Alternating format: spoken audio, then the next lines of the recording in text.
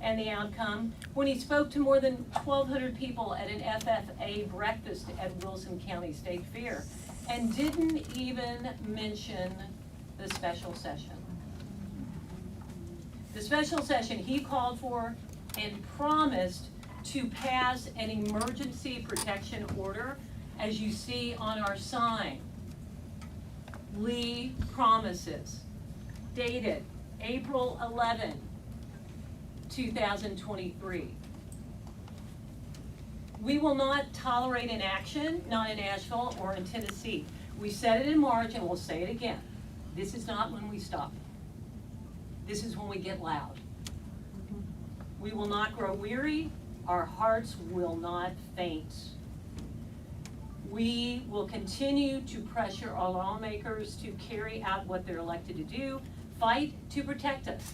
And if they won't vote for common sense gun laws, we will vote them out. Bravo. So today, we have some amazing people speaking. And a lot of this will probably be a hard discussion. So I just urge you, if you need to take a break, to do that. We have Dr. Kelsey Gastineau, who is a Nashville pediatrician. She's also a Moms Demand Action volunteer and a public health researcher focused on reducing firearm injuries and deaths, specifically in American youth. We have Dr. James McKenzie. He was born and raised in Middle Tennessee, completed college and med school here, and finished his psychiatric training at Harvard and Northwestern before returning home, where he now practices and teaches as a child and adolescent psychiatrist in the Nashville area. Dr. Alana Truss is a local clinical psychologist. She's mother of 2 school-age boys, a Moms Demand Action volunteer, and we are thrilled that she is the Tennessee State lead for Be Smart, which is a safe firearm storage program for adults. Dr. Chatham Mukunda has practiced pediatrics in Nashville for the last 26 years. And for the last 17, his practice has been located in Green Hills, about a mile away from the Covenant School. Dr. Joe Fusco is a Nashville pediatric surgeon and surgical lead of Nashville Hospital Pediatric Mass Casualty Response Team. Just considering that we have to have someone who's head of a pediatric mass casualty response team is horrifying. We have Dr. Reverend Lillian Lammers, sorry Lillian. Sorry. She is a mom of 3 little girls. I've known her for like 30 years. You think I could get the name right. And serves as pastor of First Presbyterian Church in downtown Memphis. She was a longtime Nashville resident, and her first job in ministry was at Vanderbilt Medical Center as the chaplain on the trauma unit, where she was often the first person to interface with families when someone was admitted due to injuries caused by firearms. So I'm going to give it to Dr. Kelsey Gastineau. Come on up.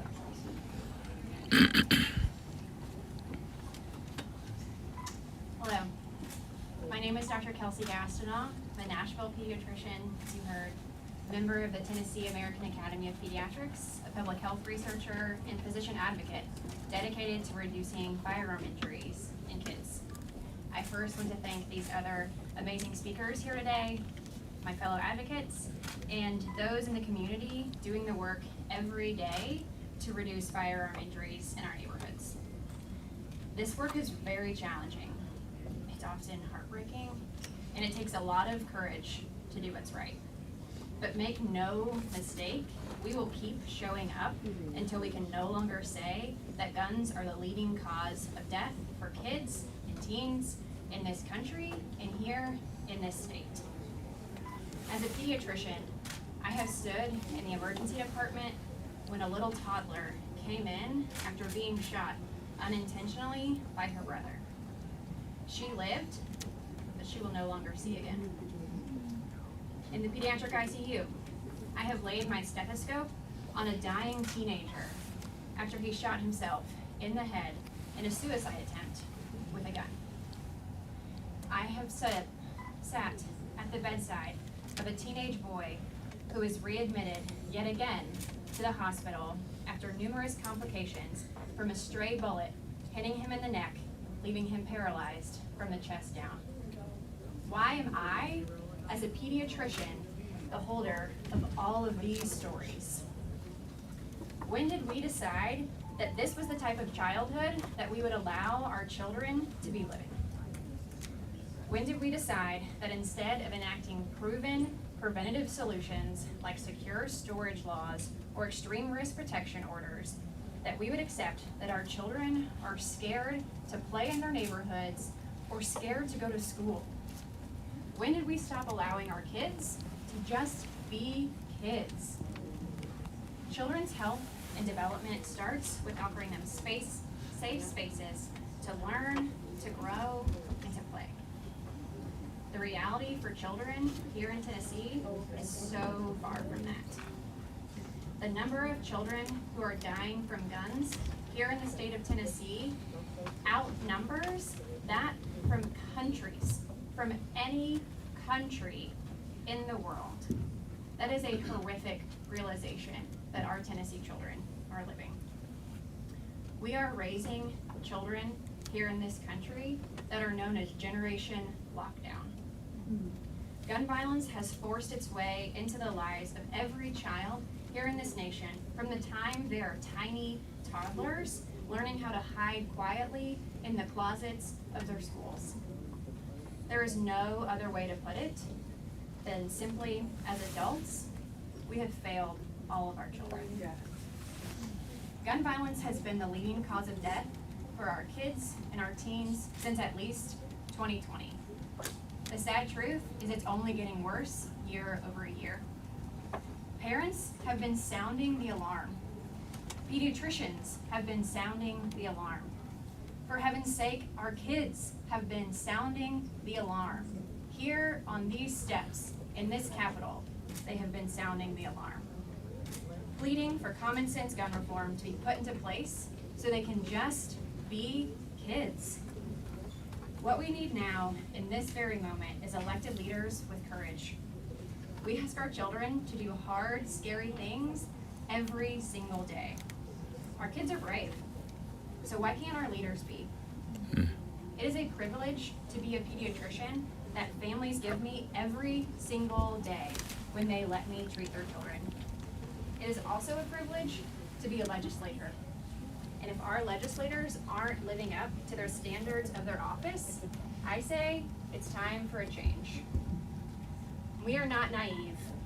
We know, like any public health issue, this will take hard work, and there is not one single solution that is going to fix everything. But we also know that there are solutions that we could put into place this week during this special session that can save lives. This is not a left or right issue. This is a life or death issue. And I believe that our children deserve to live.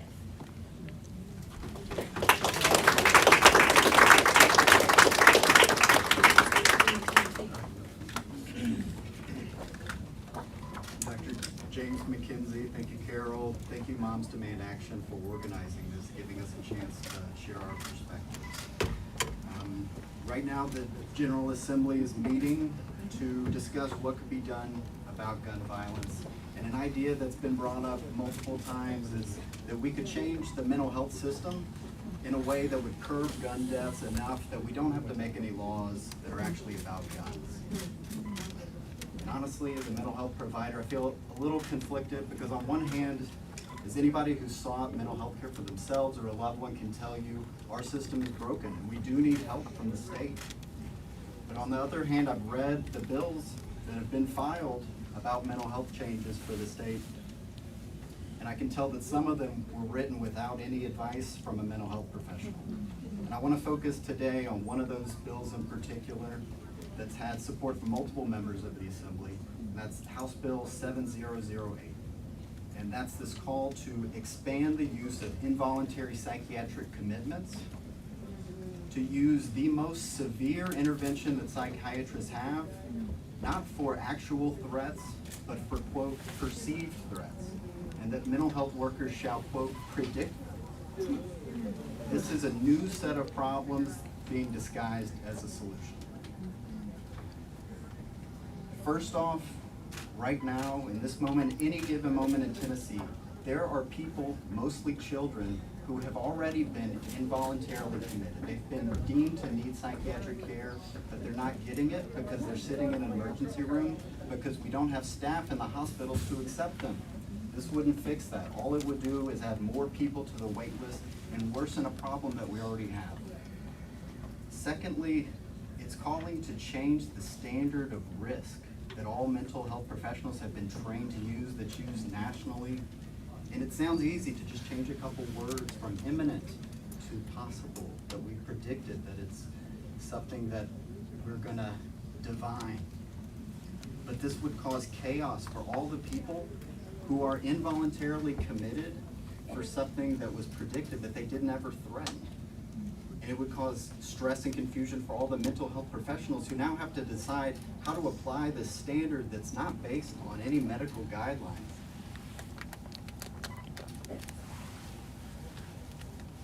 After leaving all of this in its wake, you would still do nothing to reduce the number of firearms who are accessible to these very people who are at such high risk of suicide or homicide.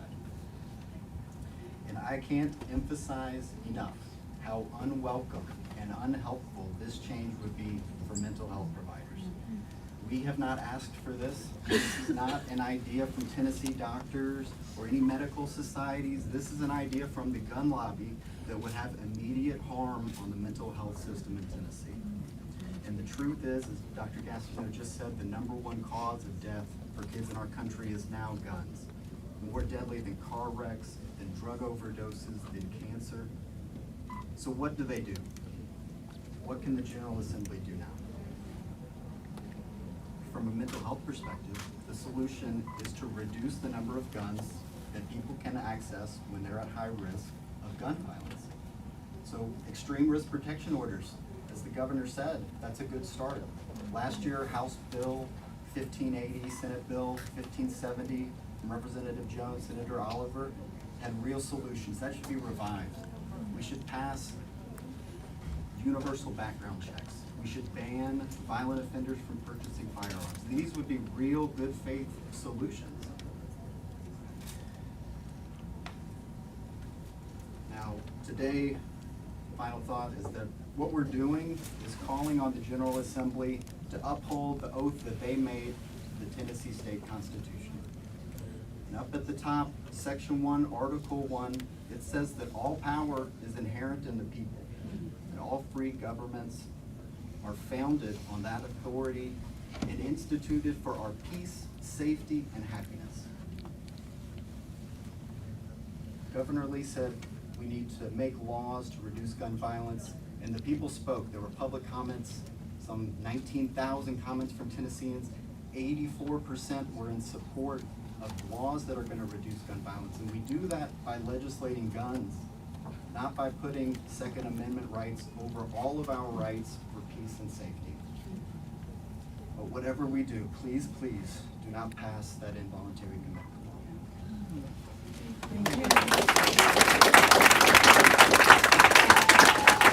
Dr. Alana Truss. Good morning.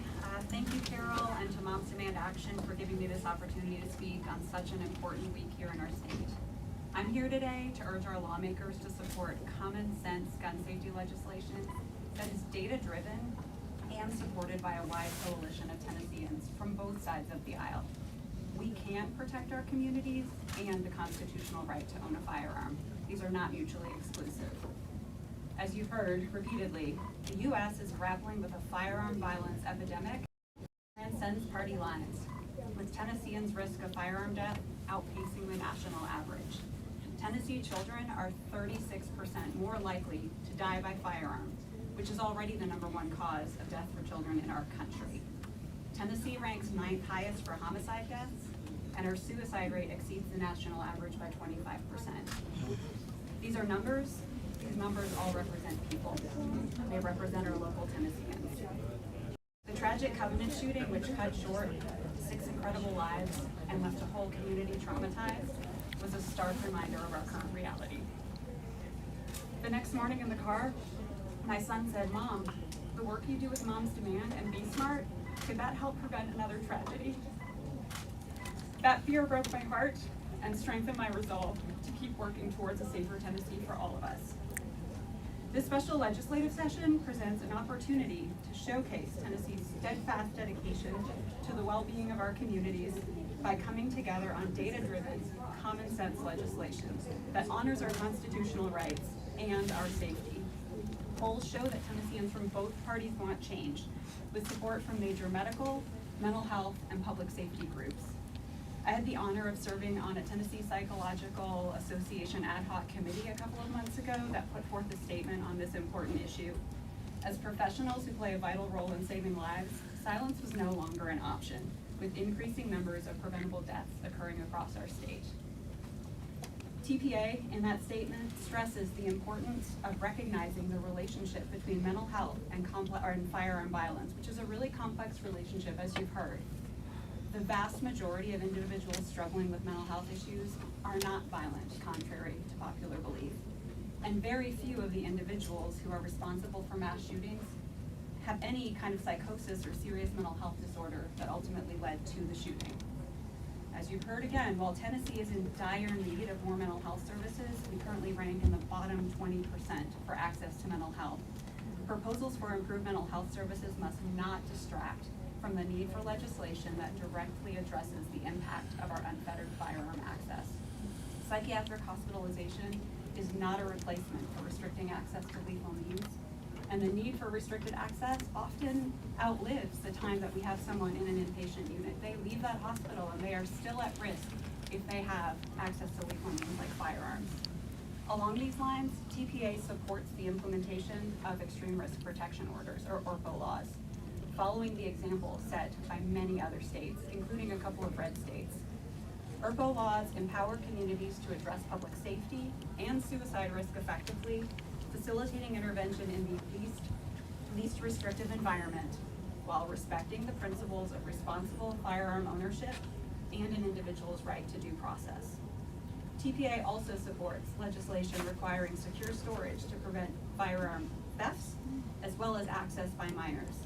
Nationally, we here in Tennessee rank 10th worst for the number of firearms stolen from individual citizens, and 3rd worst for our children getting their hands on firearms and shooting themselves or someone else and leading to death or injury. Secure storage legislation could protect our children and our communities.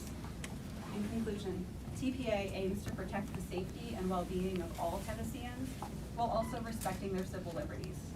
We hope that our legislators will listen to their constituents and experts across many fields in crafting legislation that will target this epidemic that has claimed the lives of far too many Tennesseans. Thank you.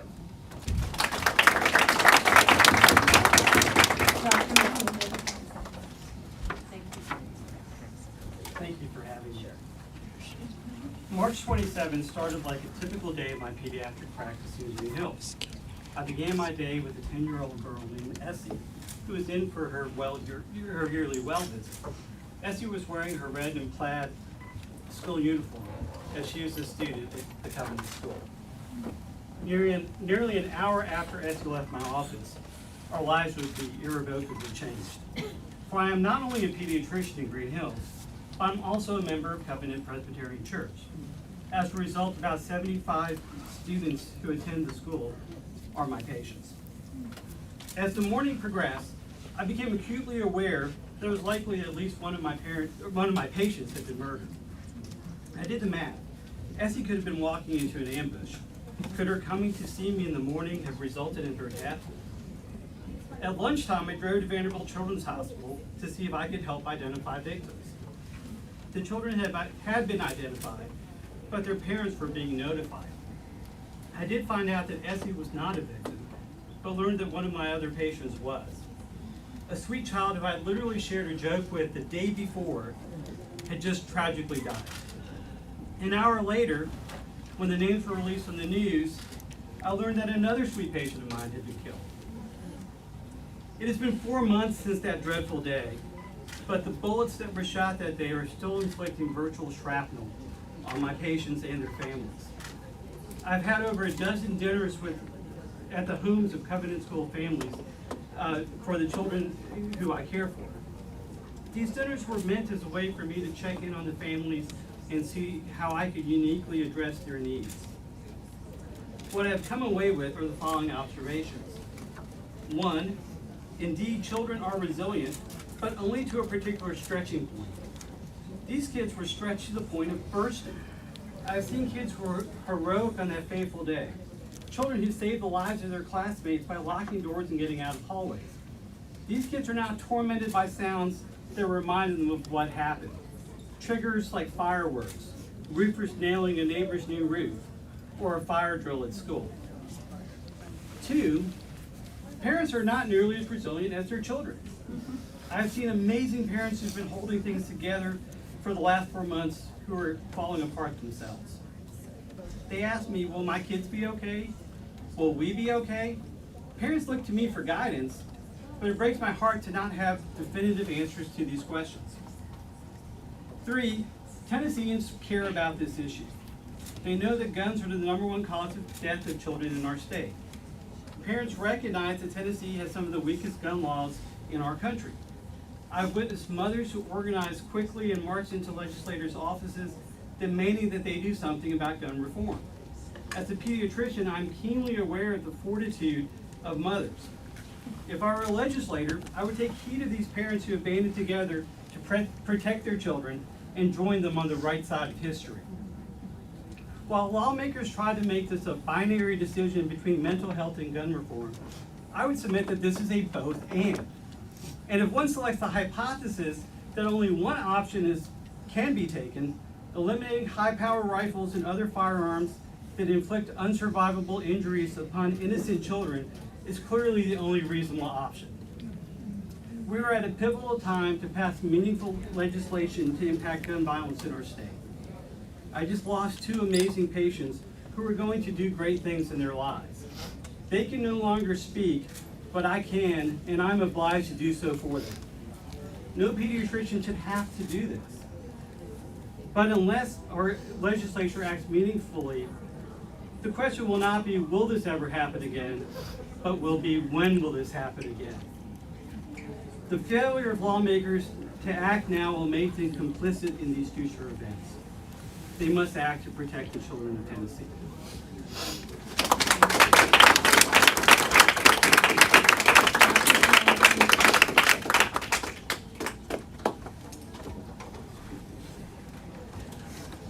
Thank you all for having me, and really thank you all for being here, because this is what's important.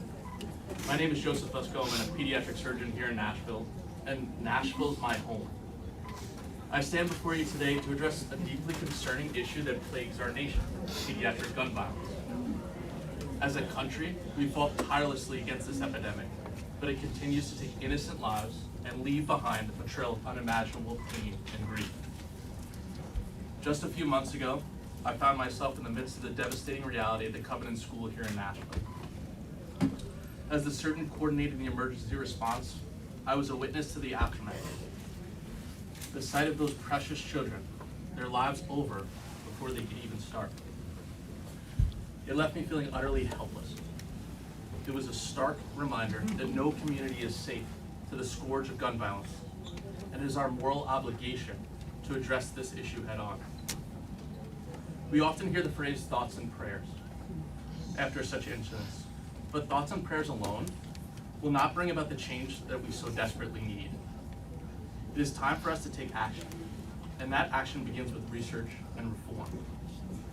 Research is paramount in understanding the root cause of pediatric gun violence and developing effective prevention strategies. We cannot ignore the staggering fact that the United States has one of the highest rates of child gun deaths among developed nations. We need to invest in comprehensive research to gain a deeper understanding of this crisis. And it doesn't stop there.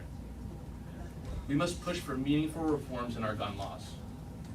It is unacceptable that our nation allows easy access to firearms, putting our children at risk every single day. We owe it to them to advocate for common sense measures to prevent yet another tragedy. But let me be clear, change will not come by remaining silent. It will not come by sitting idly and hoping for the best. Nothing happens without a push. We as a community have the power to make our legislators listen. Let our voices be heard in the halls of Congress, in the offices of our elected officials. Our children are counting on us to protect them. It is time to put their safety above all else. Let us act now for their sake and for the sake of our society. Thank you. Dr. Lillian Lammers.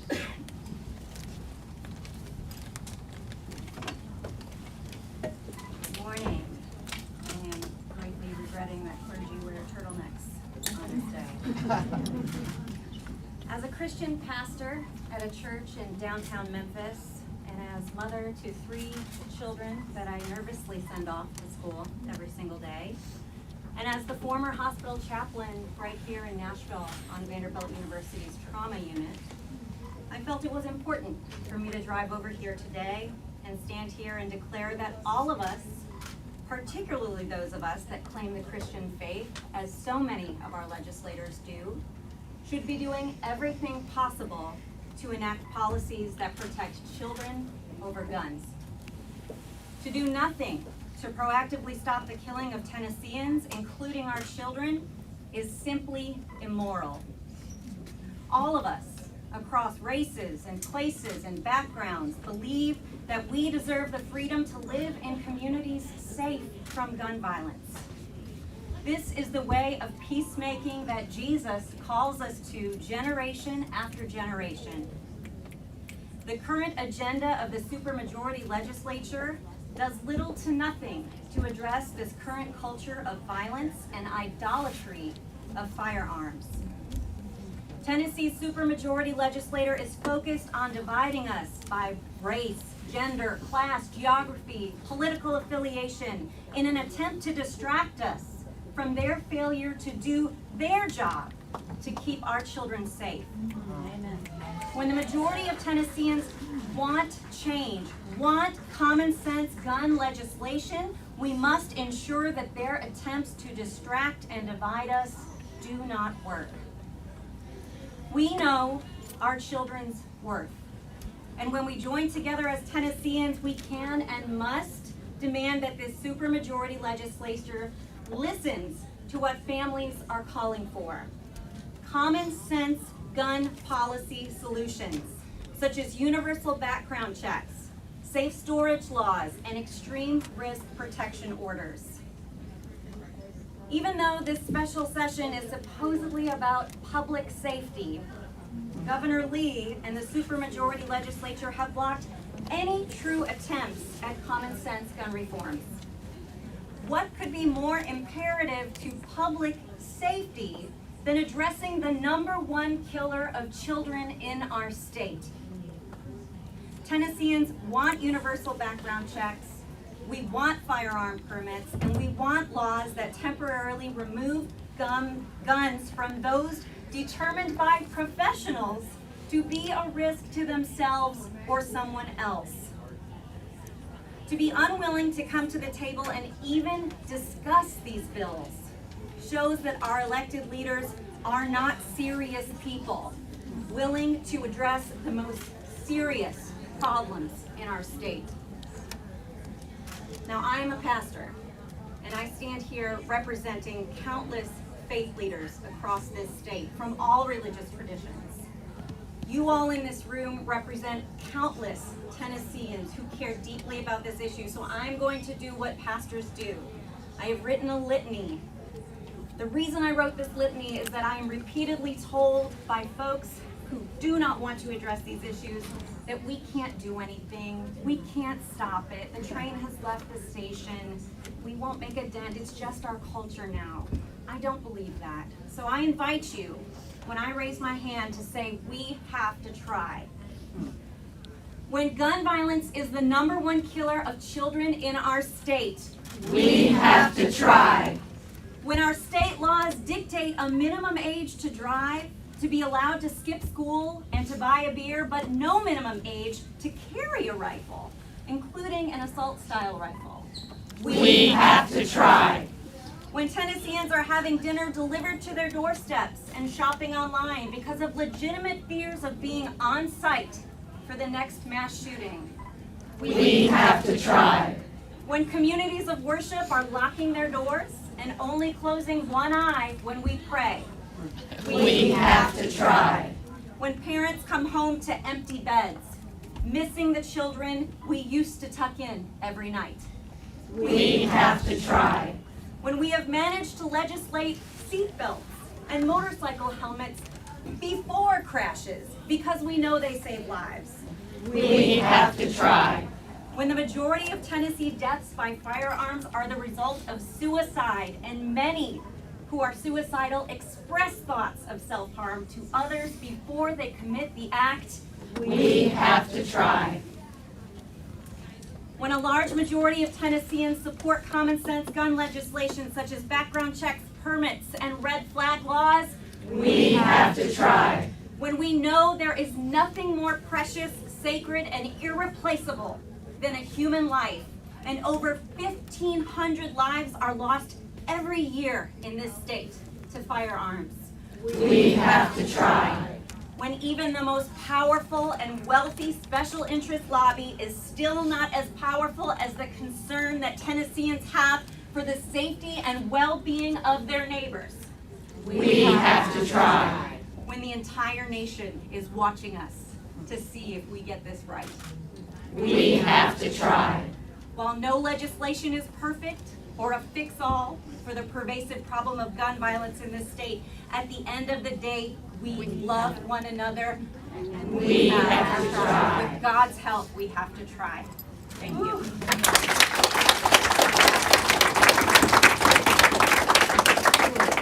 Yes, we have to try, and we have to keep trying, and we will not stop, and we will get louder. The last thing we're gonna do today is that we have a survivor letter that is going to be delivered to Governor Lee and every legislator. And I'm gonna hand this to Amanda Rosenberger, our fellow survivor, and she's just gonna briefly tell you what's gonna happen now. I'm going to start with a moment off script. I first told my story of survival when I was 18 years of age, during the Parkland shooting. And I've been fighting this fight for 30 years. We're not going anywhere. This is about our kids. This is about our lives. So we prepared this letter to send to survivors around the state of Tennessee, to ask them to sign it, to beg our lawmakers to do something. Dear Governor Lee and lawmaker, in advance of your special session, we write to you as survivors of gun violence living in the great state of Tennessee. We wish to share the collective sentiments of countless survivors harmed by gun violence and the families whose mothers, fathers, and children have been taken from us forever. As survivors, we have witnessed the overwhelming number of ways in which our security and lives have been stolen from us. We've seen the devastation caused by senseless acts of violence that shatter not only our sense of safety and security, but the very fabric and foundation of our lives and our communities. Left with no effective way to counter the potential for further violence within our own families. We've lost too many to domestic violence and to gun suicide. We turn to you for help. We recall vibrant souls, young as well as old, full of potential that were extinguished far too soon, leaving behind a void that cannot be filled. We think of the many who have been wounded, some forever disabled and scarred by gun violence. Parents, children, siblings, friends. Each loss represents a piece of the tapestry that make up our lives, our families, our neighborhoods, and the state we call home. We love Tennessee. But too often our governing bodies act as if they're indifferent to our grief. They're unwilling to hear so many of us asking for help as we grasp with a profound sense of vulnerability that pervades every day of our lives. Thoughts and prayers without action feel less like comfort offered and more like a collective shrug. Or worse, denial of the pervasive cost of gun violence to all of Tennessee. Those collective voices bravely call to you in marches and gatherings after the Covenant school shooting. And we ask that you not only listen to those cries as you go into this special session, but this time do something that will actually help. We speak for ourselves, but also for future survivors. For without effective action on your part, there will be more gun death. There will be more survivors. To our horror, our stories and grief have become commonplace, and our numbers are constantly growing. We ask that you enact comprehensive measures that promote responsible gun ownership, close loopholes that allow guns to fall into the wrong hands, empower families and communities to remove guns from people in crisis, and most of all, most importantly, consider those measures that reduce the number of deaths of our children and the most vulnerable in our society. There are evidence-based, publicly supported solutions to the gun violence epidemic in this country. What we need now from you is leadership.